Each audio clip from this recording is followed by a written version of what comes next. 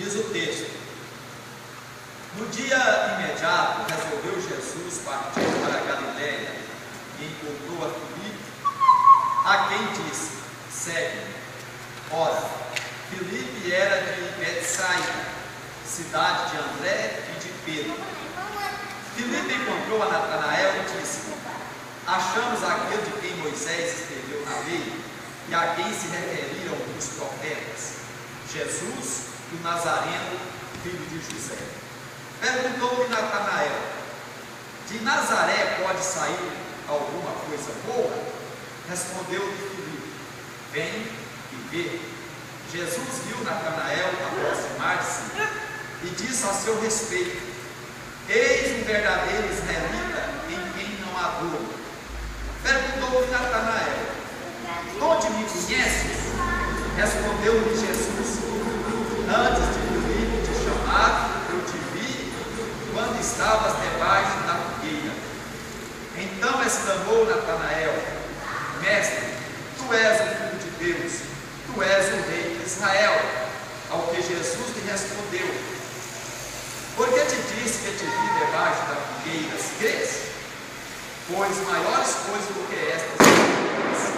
E acrescentou: em verdade vos digo, que vereis o céu aberto e os anjos de Deus subindo e descendo sobre o Filho do Homem.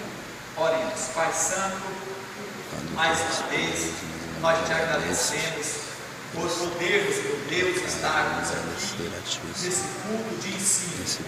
Deus, muito obrigado pelos irmãos que estão aqui, que vieram para aprender a sua palavra, e que o teu Espírito Santo possa ter a liberdade para falar conosco através desse texto que nós lemos. Então, Pai Santo, aleluia, que a nossa mente, que o nosso coração estejam todos preparados para aprender a sua palavra. Eu oro em nome do Senhor Jesus Cristo. Amém. Glória a Deus. Aleluia. Glória a Jesus. Meus irmãos, nós estamos mais uma vez nesse culto, culto de ensino, e é um culto que normalmente as pessoas hoje, no século XXI, não gostam muito, não. As pessoas gostam de muita festa, né? De muita zoeira, mas quando é culto de ensino, normalmente as pessoas não gostam. Mas não é por causa que a maioria não gosta que nós vamos deixar de ensinar a Bíblia, né, irmãos? Até porque a Bíblia diz que o céu ele é tomado por esforço, e quem se esforça, o que acontece? Apodera-se dele, né? Então, aqueles que gostam de aprender, a Bíblia diz lá em Daniel, no capítulo 12, aqueles que ensinam a justiça, eles vão resplandecer como as estrelas no firmamento. Então, tanto para quem está ensinando, como para quem está ouvindo, é muito bom. Talvez o que ensina é o que aprende mais, porque ele vai buscando, né, nas fontes para poder trazer o ensino para os irmãos. A gente apenas sentimos a ausência dos irmãos porque a gente se prepara para isso, né? Mas as pessoas, infelizmente, não querem, e nós, a Bíblia diz que é por força e não por violência, diz que é pelo Espírito. Agora, tem que dar lugar para o Espírito Santo também trabalhar no coração. Mas é o que nós vemos aqui hoje de manhã. Nós estávamos vendo lá no capítulo 14 de Mateus, e lá conta a história de um homem que fez uma grande festa. Ele preparou um grande banquete. Era festa para milhares de pessoas. Era uma festa com as melhores iguarias. dia da festa, aonde estavam os convidados? Apareceu o quê? É inconcebível, né, irmãos? Um homem rico, ele prepara um grande banquete, ele faz uma grande festa, e chega a hora da festa, cadê os convidados? Aonde estão, ou onde estão os convidados? Aí ele chamou os servos e falou: olha, vai procurar os convidados, vai atrás. Aí chegou, ele deu 3 exemplos apenas. Chegou em um convidado e disse: olha, o banquete está preparado. Ele: olha, é o seguinte, vocês têm por me expulsado, ou seja, por excluído, porque eu comprei uma vida de bois. O outro falou: não, eu comprei um terreno, eu tenho que ver esse terreno, então por isso que eu posso ir na festa. O outro disse: olha, eu casei, então estou casado de novo e eu prefiro ficar com a minha esposa. Aí o que aquele senhor rico fez? Ele disse: olha, vai aos valados, aos becos, vai às fazendas, vai nas periferias e obriga todos a entrar, escoxos, aleijados, cegos, surdos, mudos, traz esse povo. Já que os convivas, os convidados não quiserem, então traz esses aleijados, esse povo problemático, esse povo que é desprezado pela sociedade, traz esse povo, para que possa participar da minha festa. Então, irmãos, hoje nós temos aqui um banquete muito importante, esse texto, porque nos conta uma história muito interessante.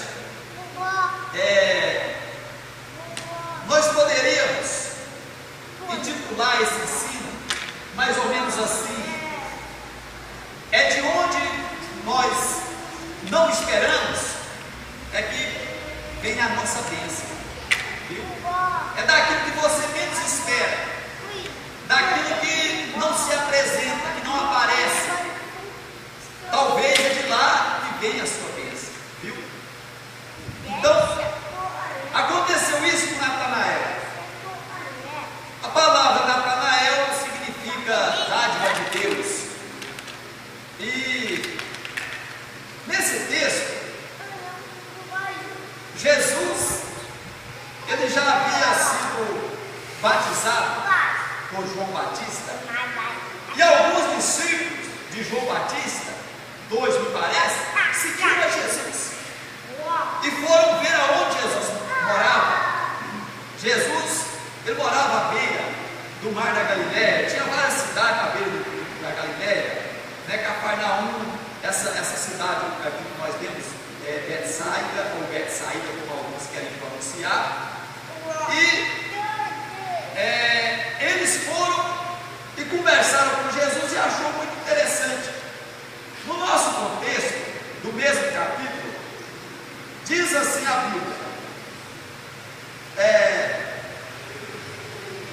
e Jesus, voltando-se e vendo que os seguiam, aqueles discípulos de João, né, que estavam seguindo ele, porque João tinha falado: eis o Cordeiro de Deus que tira o pecado do mundo.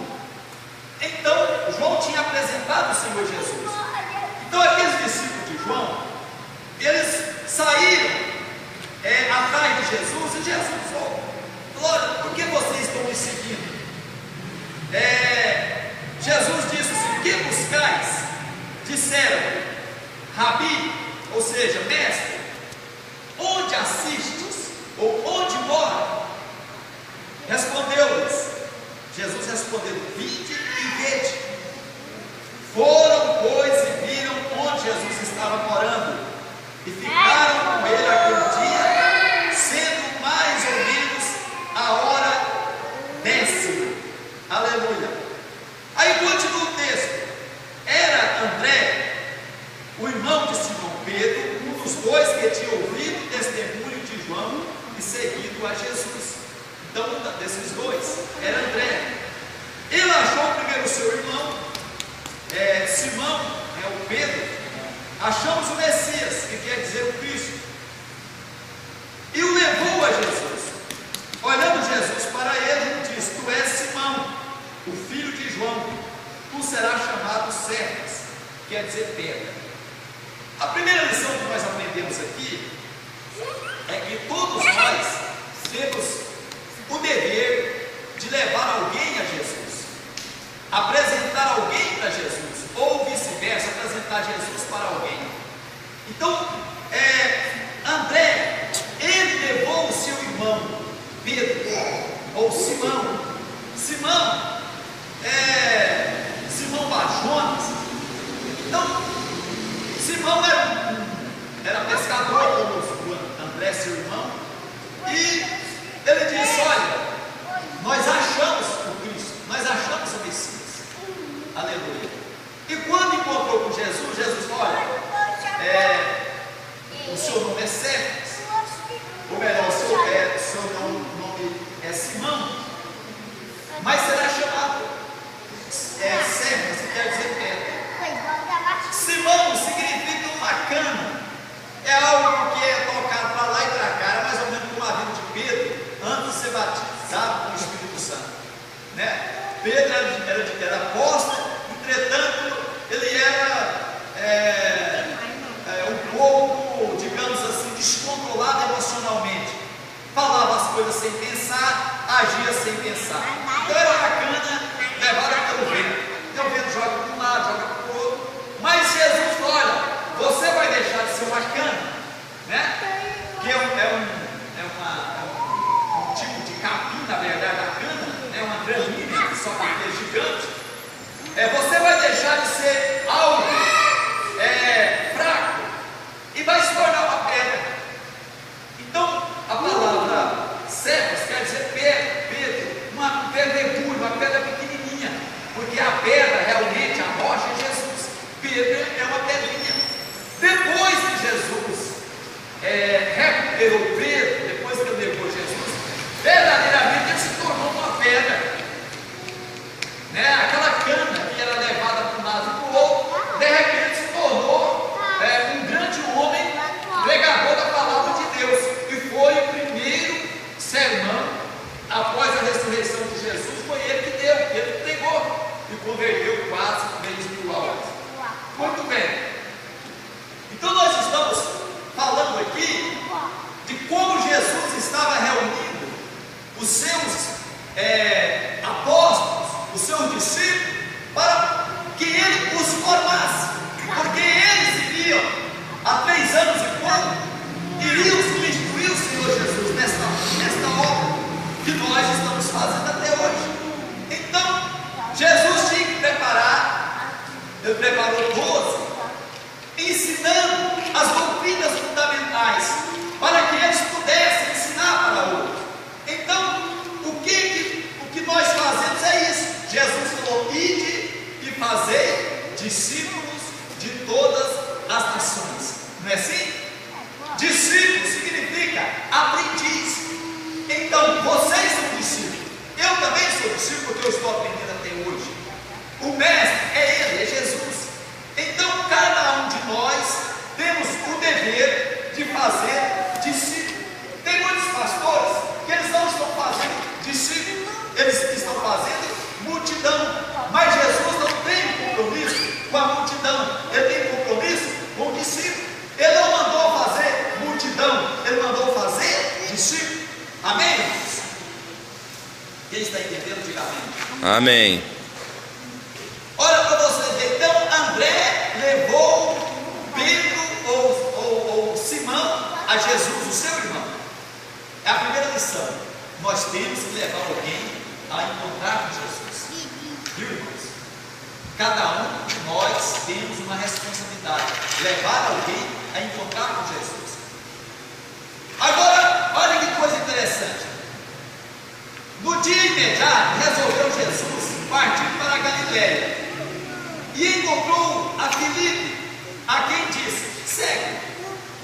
O próprio Cristo agora convida: segue.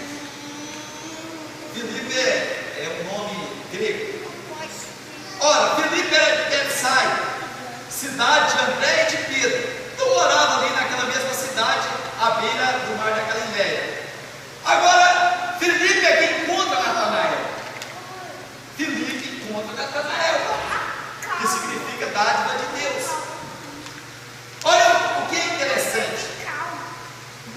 Então, vocês viram que André encontrou Pedro. Agora Filipe, aí Jesus encontrou Filipe. Agora Filipe encontra Natanael. E Filipe lhe faz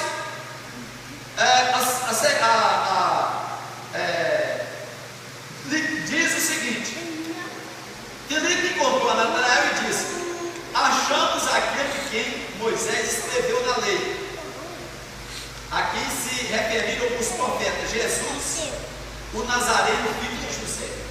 Vocês observam que no contexto também André falou para Simão: achamos o Cristo, achamos o Messias. Aqui Filipe usa também o mesmo tipo de pregação. Chega para Natanael e fala: nós achamos o Messias, aquele a quem Moisés falou, aquele a quem os profetas falaram. Irmãos, é uma coisa simples, não é? Não precisa de muita retórica, não precisa de muita teologia. Não, é fácil você chegar a alguém: olha, eu achei o Senhor Jesus, olha, ele mudou a minha vida, olha, ele é maravilhoso para mim. Não é fácil, irmãos? Não precisa de você ter uma formação intelectual lá nas alturas para você poder falar a palavra de Deus, para você dar um testemunho. Você é discípulo. Discípulo gera discípulo. Discípulo não gera multidão. Discípulo gera discípulo. Ovelha gera ovelha. Ele continua. Agora Natanael faz uma observação. Nós vamos para a nossa segunda lição. Ele faz uma observação. Perguntou-lhe Natanael: de Nazaré pode sair alguma coisa boa? Ele faz uma pergunta para mim: de Nazaré pode sair alguma coisa boa? Os irmãos sabem o porquê que ele faz esse tipo de pergunta? Vocês sabem o porquê que ele faz esse tipo de pergunta? De Nazaré pode vir alguma coisa boa? Será que lá de São Luís de Montes Belos pode vir alguma coisa boa? Será que lá de Tocantinópolis, a sua cidade, como é que chama a sua cidade? Araguatins, pode vir alguma coisa boa? Sim. Será que lá de Imperatriz pode vir alguma coisa boa? Será que lá de Iracema, de Porto Nacional, só está nordestino aqui, né, Tocantins, pode vir alguma coisa boa?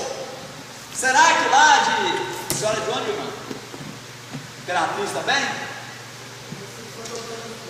Como é que é? Não entendi nada. Santo Antônio.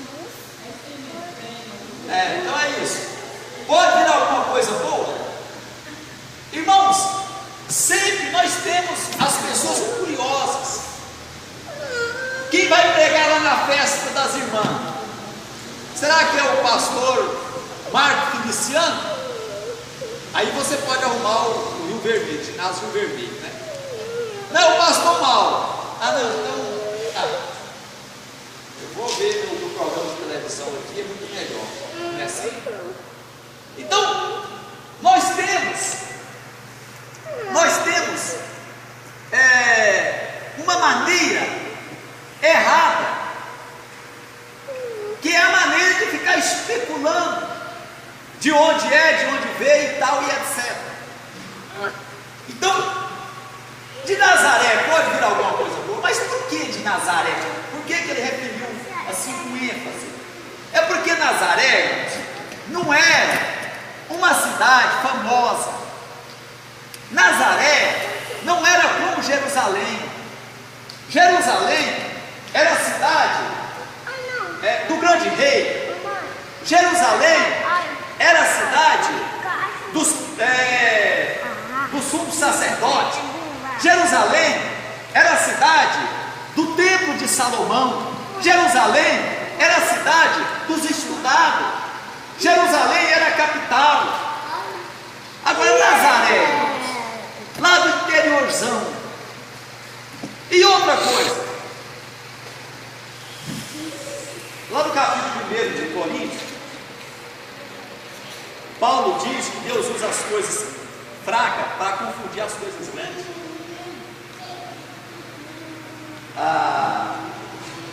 Nazaré era famosa pelo ritmo de vida que as pessoas levavam ali. Nazaré era uma mistura de pessoas que tinham um pouco de judeu, um pouco de estrangeiro. Então era, digamos, um povo místico.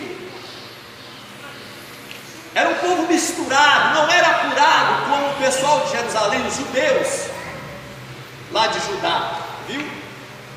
Então é o seguinte: pode vir alguma coisa dessa cidade aonde as pessoas eram misturadas, não era de sangue, digamos, puro, eram as pessoas que não tinham um linguajar, né, como os judeus lá de Jerusalém.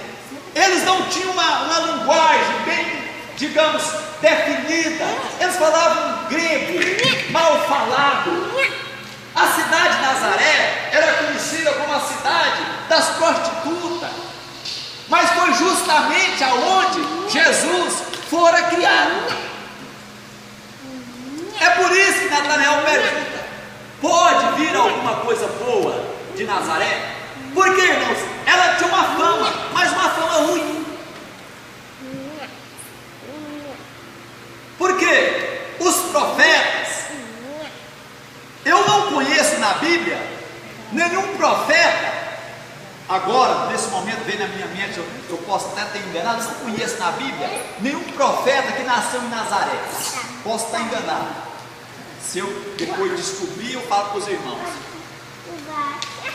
Irmãos, era uma cidade onde reinava o pecado, mas Jesus fora criado em Nazaré. Jesus não nasceu em Nazaré, mas foi criado lá. Quando ele veio do Egito, eles foram para Nazaré. Então por isso que ele perguntou, porque quando falou assim, achamos o Messias, o Cristo. Ora, mas o Messias, o Cristo, ele tinha que vir de Jerusalém. Não é a cidade de Davi? Não é a cidade do grande rei? Ué, não, vem de Nazaré. Interessante, né, irmãos? Como que alguém que é chamado Messias, o Cristo, poderia vir de uma cidade que tinha uma fama ruim? Se falasse, veio de Jerusalém, ele foi formado lá na faculdade, na Universidade de Jerusalém. Vamos ouvi-lo? Mas é aquele homem simples, criado ali naquela cidade rústica, em cima do monte. Pode vir alguma coisa boa de Nazaré, irmãos? Pode. Aleluia. Pode. A Bíblia diz que Deus não escolhe os sábios desta terra.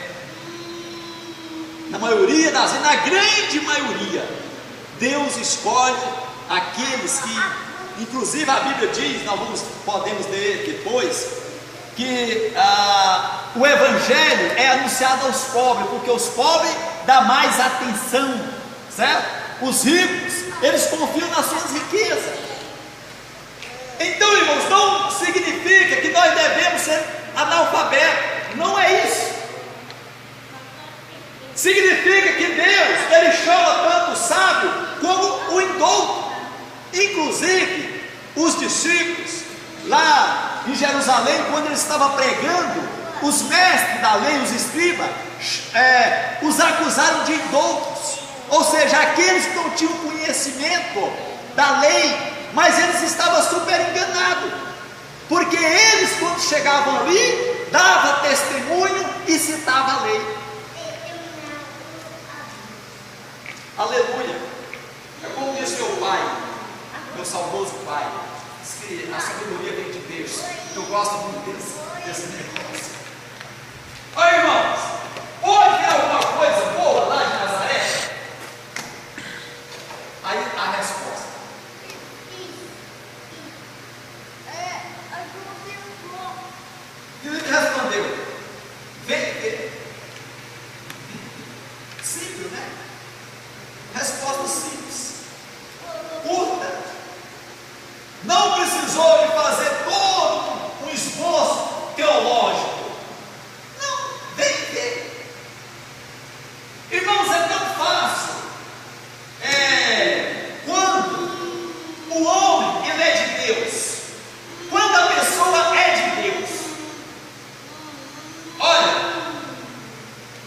achamos Cristo.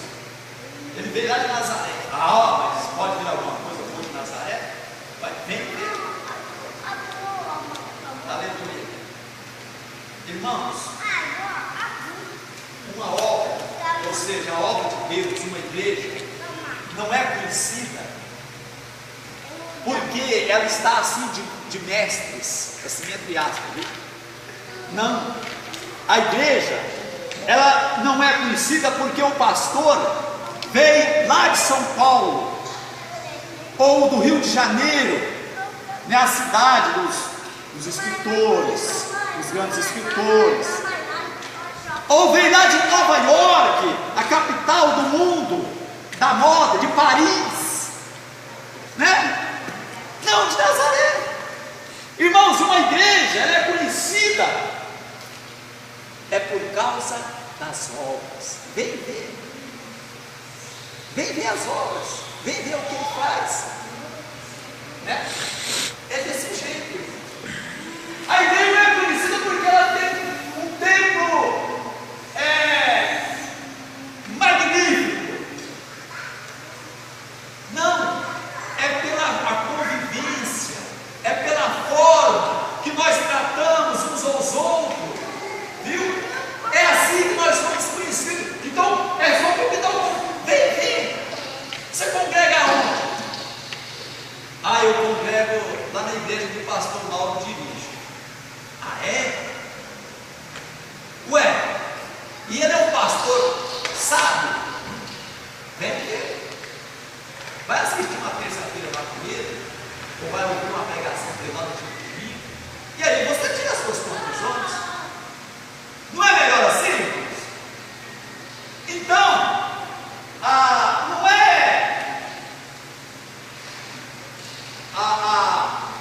o status, não é eu ter aqui muitos diplomas nessa parede toda aqui, que vai fazer que eu seja conhecido.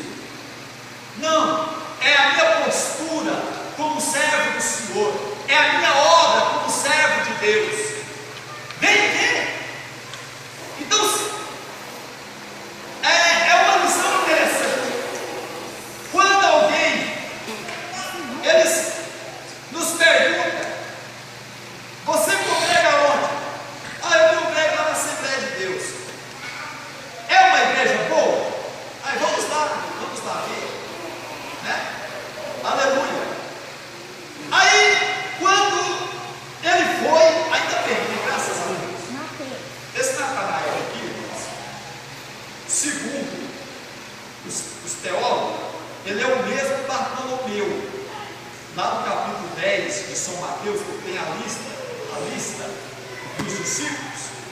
Então, lá não fala Natanael, lá fala Bartolomeu. Então, segundo os teólogos, é a mesma pessoa. No capítulo 21, e parece que o verso 2 de João, fala que aos pés da cruz estavam lá os discípulos, inclusive cita o nome de Natanael. Então, segundo a teologia, Natanael é o mesmo Bartolomeu, viu? Então, Natanael chega, e Jesus já o encara e diz assim: eis aí um verdadeiro israelita, em quem não há dolo. O que é dolo, irmão? O que é dolo? Engano, muito bem. Eis aqui um verdadeiro israelita, que não há engano, ou seja, alguém sincero, alguém verdadeiro. O quanto é bom, irmãos, quando você chega num lugar, né, aí às vezes alguém, nossa, veio lá do tremendão, mas aí você é um homem de Deus, uma mulher de Deus, e fala algo lá do coração de Deus, aí as pessoas têm que falar: verdadeiramente ele é um homem de Deus, né? Então, quando Natanael que tinha perguntado: mas de Nazaré? Não saiu nenhum profeta de Nazaré, pode vir alguma coisa boa? Vem ver. Ele chega lá, olha o que acontece.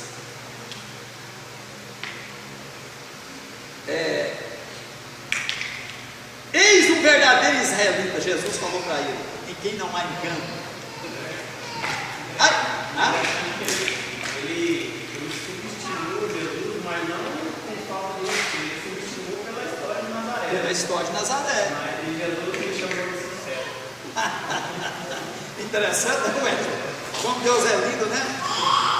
Aí é o seguinte, quando Jesus falou assim, que ele era um verdadeiro israelita, aí ele estranhou, falou, mas da onde que o senhor me conhece? Interessante, né? Deus te usa para contar a vida de alguém, para falar de alguém, você nem está sabendo, mas Deus te usa. Né? Você vai conversar com alguém, você começa a falar a palavra de Deus, de repente você está falando o que a pessoa está passando. Ele fala, mas quem te contou? Quem te falou? Não, irmãos, é porque Deus conhece todas as coisas. Então, ele falou assim, de onde me conhece? Mas, irmãos, ele estava diante daquele que conhece todo o segredo do nosso coração. Ele estava diante daquele que conhece toda a nossa vida. Natanael estava diante de alguém que conhece o mais íntimo do meu ser. Aleluia, coisa linda, né? Nós aqui estamos diante de alguém que conhece, irmãos, a nossa vida. Não é 24 horas por dia não, é 30 horas por dia, viu? Nós estamos diante de alguém que conhece nós por dentro e por fora como ninguém, é o único que conhece. Aí Jesus falou assim, antes que Filipe te chamar, eu te vi quando estava debaixo da figueira. Então, aqui entra algumas histórias de quando Jesus era criança e que a mãe de Filipe, a mãe de Natanael, tinha escondido ele debaixo de uma figueira e tal. Essa mais ou menos uma lenda, não quero entrar nessa questão, certo? A gente não sabe se isso é verdade. Mas eu quero dizer o seguinte, que Jesus já tinha o visto antes dele vir.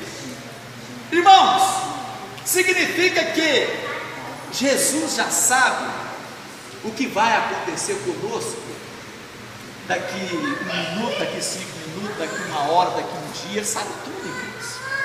Então, Natanael falou, de onde me conhece?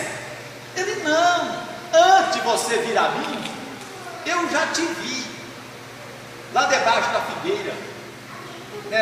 A lenda lá, a história diz que foi quando Herodes foi matar as crianças e tal, aí a mãe de Natanael colocou ele debaixo da figueira lá e fez um trato, não era para contar para ninguém, e etc. Eu não vou entrar no mérito da questão.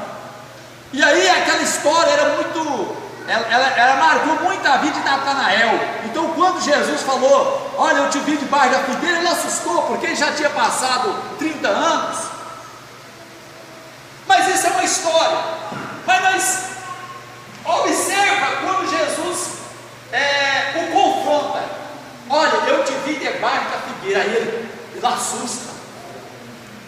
Deus meu, verdadeiramente o Senhor é o Filho de Deus, é o Deus de Israel. Tem muita gente, irmãos, que ele entra em confronto com Jesus, e quando Jesus revela para ele, aí ele exclama. Então ele exclamou, mestre, tu és o Filho de Deus, tu és o Rei de Israel. Quer dizer, parece tão simples, né? Realmente parece que havia uma história muito interessante, porque para Jesus falar, não, antes de você vir a mim, eu vi você debaixo da figueira, ele exclama desse jeito, Deus meu, né? Mestre, tu és o Filho de Deus, tu és o Rei de Israel.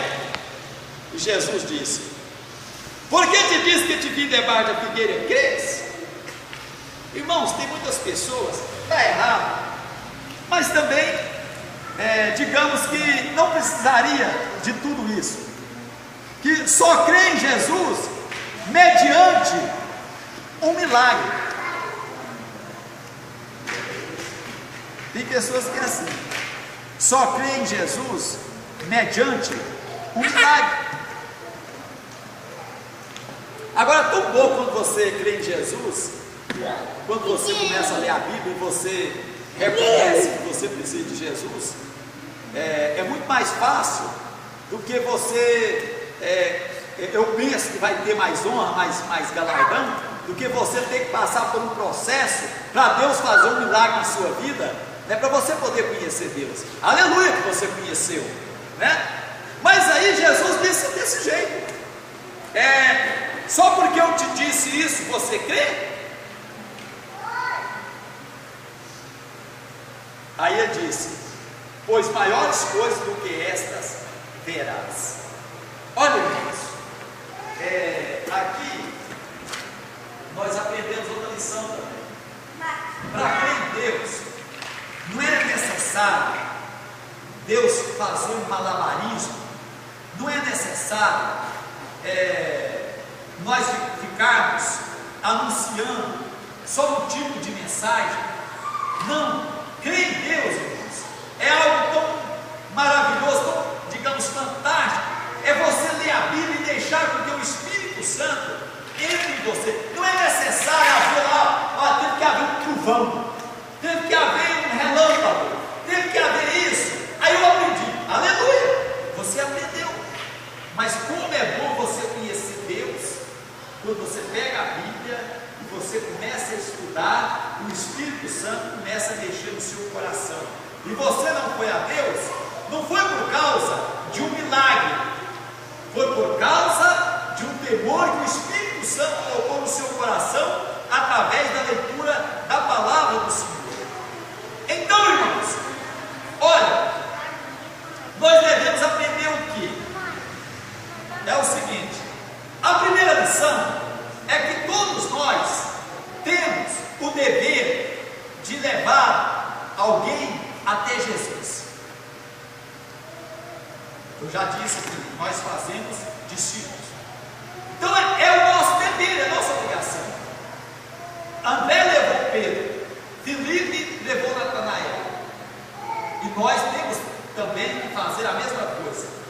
Outra lição que nós aprendemos aqui é que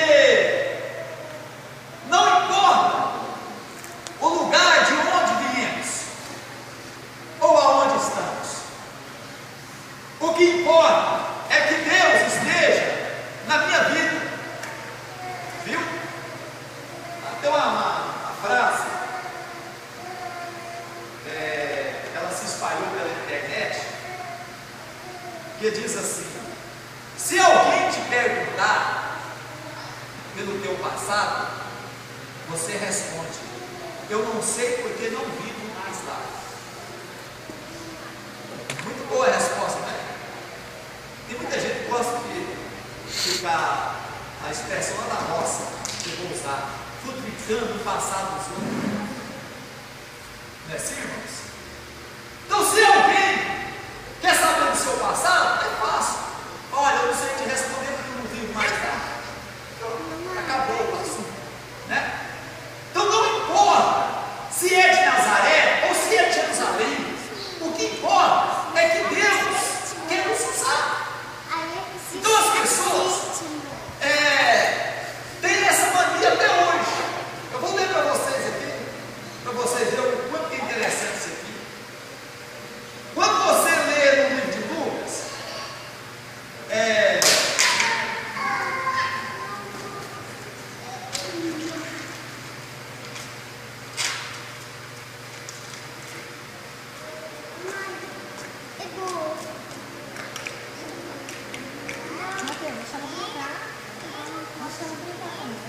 o capítulo de número Lucas capítulo 4, eu vou ler aqui, os irmãos, prestem atenção nisso aqui. Irmão, Jesus nasceu aonde? Ele foi criado em Nazaré, mas ele nasceu aonde? Belém. Então Jesus, Belém ficava aonde? Ou fica aonde? Na Judéia.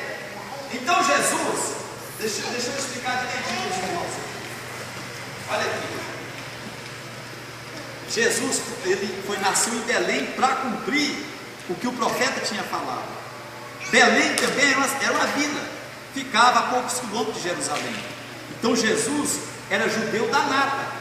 Os galileus, os que moravam na parte norte da Palestina, não eram apurados como os judeus. É por isso que eu estava dizendo aqui. Mas Jesus nasceu em Judá, lá em Belém, mas foi criado em Nazaré. Aí, para cumprir a palavra do profeta, Mateus diz assim: para que se cumprisse o que fora dito pelo profeta, és tu, Belém, que és a menor de Israel, mas na verdade é de ti que vai sair o meu líder, ou aquele que vai guiar o meu povo.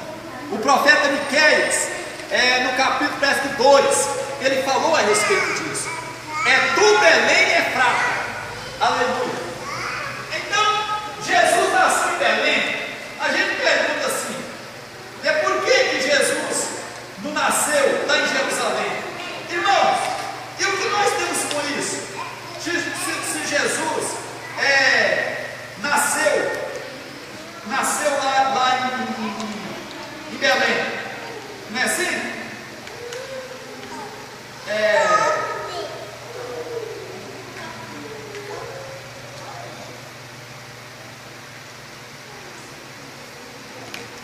Olha aqui para vocês verem, Lucas capítulo 4, preste atenção nessa leitura, irmãos.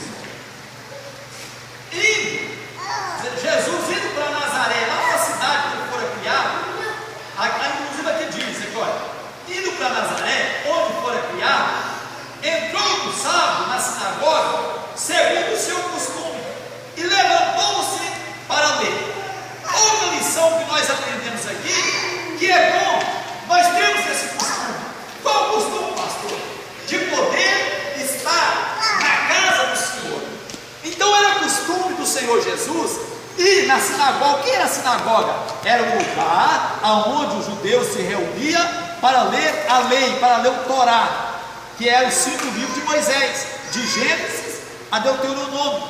Por quê? Depois da destruição do templo, então eles criaram sinagoga, ou seja, digamos assim, para a gente entender, pequenas igrejas aonde eles reuniam no sábado para aprender sobre a lei. Então tinha os mestres para ensinar. Então Jesus era de costume ele chegar lá e fazer a leitura. Aí Jesus chega em Nazaré, o dirigente da sinagoga entrega o livro da lei para ele ler. Na verdade, pegou do profeta. E ele achou o lugar que estava escrito: o Espírito do Senhor está sobre mim, pelo que me ungiu para evangelizar os pobres, enviou-me para proclamar libertação aos cativos e restauração da vista aos cegos, para pôr em liberdade os oprimidos e apregoar o ano aceitável do Senhor. Então Jesus, ele leu lá em Isaías, capítulo de número 61. Essa palavra aqui está lá em Isaías 61. Jesus leu. Aí é o seguinte, a fama de Jesus já tinha corrido. A fama dele de curar pessoas, ele já tinha feito um milagre lá da multiplicação, ou melhor, a multiplicação mesmo, daquela água. Não é bem a multiplicação, a transformação, melhor dizendo, da água em vinho. Ele já tinha fama. Aí quando ele chega na sua cidade, estava todo mundo olhando para ele. Ele pega o livro de Isaías, ele lê essa passagem, e o povo estava com o olho desse tamanho. Falou: vamos ver agora o que ele vai fazer aqui na cidade dele, que ele foi criado. Aí a Bíblia diz que ele fechou o livro e disse: hoje se cumpriu as escrituras diante de vocês. Porque aquele texto falava justamente de Jesus. O Espírito do Senhor está sobre mim, porque me ungiu. Irmãos, o Espírito de Deus tem que estar sobre as nossas vidas. Nós temos que ser ungidos. Aleluia. Agora, o que eu acho interessante é que Lucas, ele conta a história, mas resumidamente. Agora, Marcos, o evangelista Marcos, ele conta essa história de uma forma mais, digamos assim, mais alongada, para vocês verem, para a gente entender o que aconteceu. Olha aqui para vocês verem como que as pessoas estavam curiosas. No capítulo número 6, diz assim o evangelista: tendo Jesus partido, foi dali para a sua terra, ou seja, Nazaré, e os seus discípulos o acompanharam. Chegando o sábado, passou a ensinar na sinagoga, e muitos, ouvindo-o, se maravilhavam, dizendo: de onde vem estas coisas? Que sabedoria é esta que lhe foi dada? E como se fazem tais maravilhas por suas mãos? Olha como ele era conhecido lá, irmãos. Não é este o carpinteiro, filho de Maria, irmão de Tiago, José, Judas e Simão? E não vivem aqui entre nós suas irmãs? E escandalizavam-se nele. Jesus, porém, lhes disse: não há profeta sem honra, senão na sua terra, entre os seus parentes e o da sua casa. Interessante. Então Marcos, ele dá mais detalhe da ida de Jesus lá em Nazaré. Então, quando ele chega na sua terra, e a fama dele já havia espalhado pela região, as pessoas que o via ali correndo nas ruas de Nazaré, e Jesus foi criança, irmãos, amém, irmãos?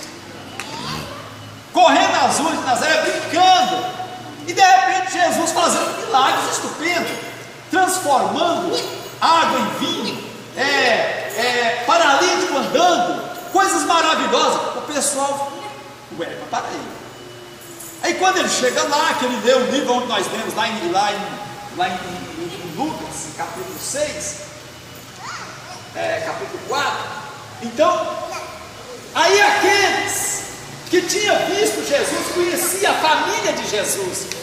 Outra coisa aqui, irmãos, é a pura heresia falar que Maria só teve Jesus. Aqui a Bíblia deixou muito claro, viu, sobre os irmãos de Jesus e as irmãs. Ele tinha pelo menos 2 irmãs. Então olha aqui para vocês verem.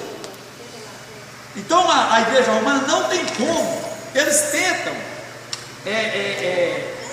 querer desfazer disso aqui. Diz que a Bíblia fala de primo, não, a Bíblia fala de irmão. Eles falaram assim: olha, não é este o carpinteiro? Jesus era carpinteiro, porque o pai dele de criação era carpinteiro, era José. Então a profissão de Jesus era carpinteiro. Engraçado, né, irmão? Ai, como Deus gosta de usar as coisas que não apresenta para ser, irmãos. Um carpinteiro. Deus não podia ter escolhido lá para ser o filho lá de um sacerdote, que tinha sido criado lá no trono do sacerdote lá e tal. Logo um carpinteiro. É por isso, irmãos, que os pobres normalmente dão mais valor nisso. Alguém rico fala: mas eu aceitar o filho de um carpinteiro, um homem das mãos calejadas, né? Ele não tem uma formação, superior.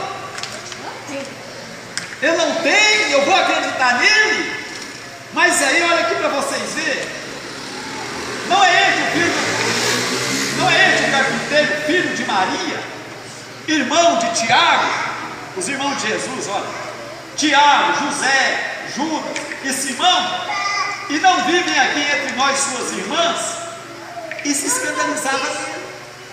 Pá, isso aí, você não viu ele correndo aqui outro dia aqui nas ruas aqui, a gente via ele brincando aqui, e agora ele quer falar que é filho de Deus, agora ele quer fazer cura.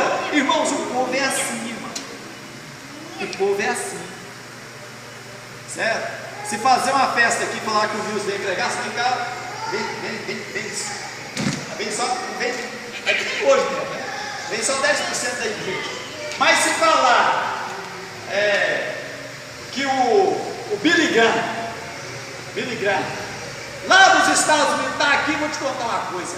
Você pode fechar a Goiânia, porque, irmãos, é assim. Todo mundo conhece a vida do Nilson. Mas é aí que está o segredo. É aí que eu gosto da coisa. As pessoas precisam conhecer a gente mesmo. Ah, mas o pastor Mauro, não é esse que veio para cá há 6 anos? É ele mesmo. Ah, é? Ué, mas é ele que Deus está usando? É! As pessoas, irmãos, elas querem ver alguém que tem um nome, né? Ou que vem de uma grande cidade, ou de um grande país. Irmãos, Deus, Ele quer nos usar. Deus, Ele usa também, mas os grandes. Mas, irmãos, nós somos a maioria, aqueles, do ponto de vista dos teólogos, nós somos indoutos, ou seja, não temos uma formação superior, né? Nós não fomos criados ou formados nas melhores escolas do mundo, mas nós temos a sabedoria. Eles diziam: de onde vem essa sabedoria? Irmãos, a nossa sabedoria vem do alto. A Bíblia diz: Tiago, olha, quem não tem sabedoria, peça a Deus. Interessante. Eu já contei isso várias vezes, mas quando eu estou dando esse tipo de ensino aqui, eu lembro disso, né? Quando eu fui fazer o casamento lá da doutora, todo mundo conhece a história. Não, todo mundo não, né? Tem a irmã Stefânia, que não conhece, né? Mas os outros aqui já conhecem. Então, quando eu fui fazer o casamento da doutora Silvia, lá no setor Bueno, e que o padre, estava o padre também, que era na igreja dele, não tinha pastor para fazer, eu faço. Lá é o lugar de eu pregar o evangelho, assim. E que ele fala alemão, francês e o português, só porque o português eu falo melhor do que ele, porque ele fala com sotaque. Aí quando ele disse: ô pastor de qual igreja? Eu falei: da Assembleia de Deus. Muito bom, igreja muito bom. Tá que nem índio, né? Depois ele falou assim: aonde o pastor mora? Qual o bairro do pastor? Eu falei: eu moro lá no Tremendão.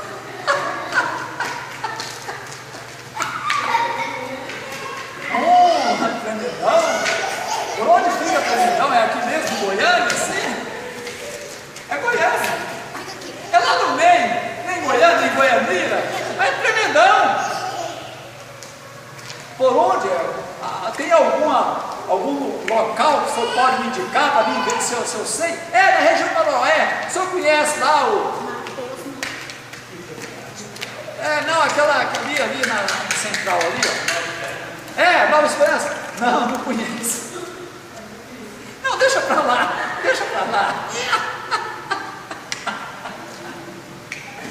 Ai, Jesus Cristo. Aí, eu entrei nessa gente, viu, irmãos? Aquela bela igreja, aquela coisa linda. E eu entrei tranquilo, eu olhava. Irmãos, só carro importado no estacionamento. E eu não tinha esse carro, não, era um esportinho, né? Todo pai tinha carregado material quase todo essa igreja, esse tempo de medicina. E eu cheguei, voltei bem longe, né? Irmãos, mas olha para ver o que é Deus. Aí eu falei: Senhor, eu estou aqui para fazer o que o Senhor queira que eu faça. Deus fez com que eu caísse na graça do Padre na hora. Ele me ofereceu lá água, o banheiro, lá no gabinete dele, coisa maravilhosa, né?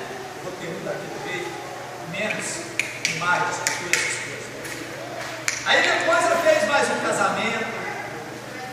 Aí é o seguinte, o senhor sabe que é 7 minutos que o senhor vai, 10 minutos que o senhor vai dar o sermão? Sei, padre. Sei, 10 minutos, imagine. Mas, irmãos, eu dividi o sermão em três pontos. E foi uma coisa muito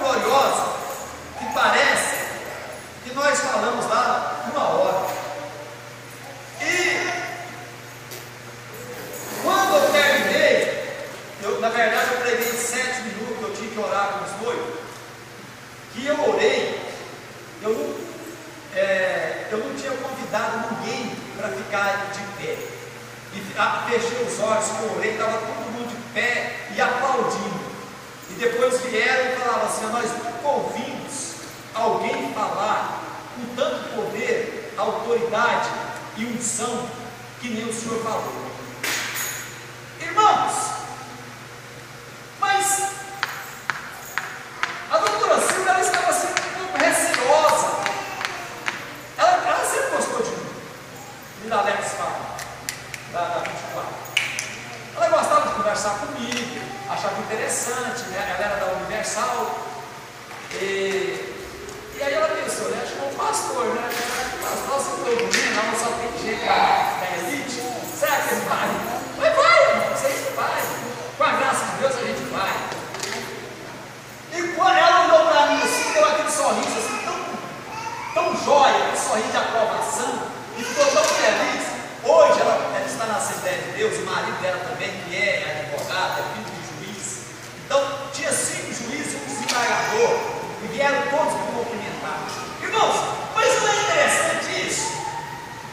É alguém, eu nasci lá na roça, irmãos.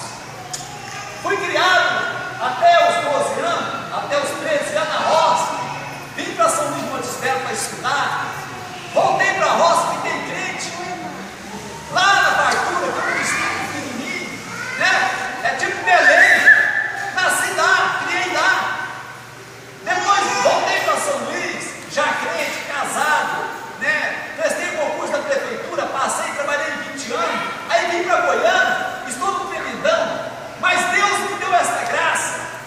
Não estou me gloriando, eu estou falando a respeito da graça de Deus. Quando alguém te desafia por o lugar que é, setor Bueno, Marista, não importa, irmão. Se você é homem de Deus, nem que você não tem um português correto, que nem eu não tenho, mas quando Deus usa, as pessoas têm que abaixar a cabeça. Então, alguém, certa pessoa, se esse homem, certamente, ele foi formado aonde? Será que em qual faculdade? Será que foi na USP? Né? Aonde foi? Mas é porque Deus está nas nossas vidas. E aí sim, aí nós podemos falar do amor do Senhor Jesus. Muitas pessoas são humildes demais. Irmãos, tudo que é demais passa. Ah, mas eu não estou conta. Não, irmão.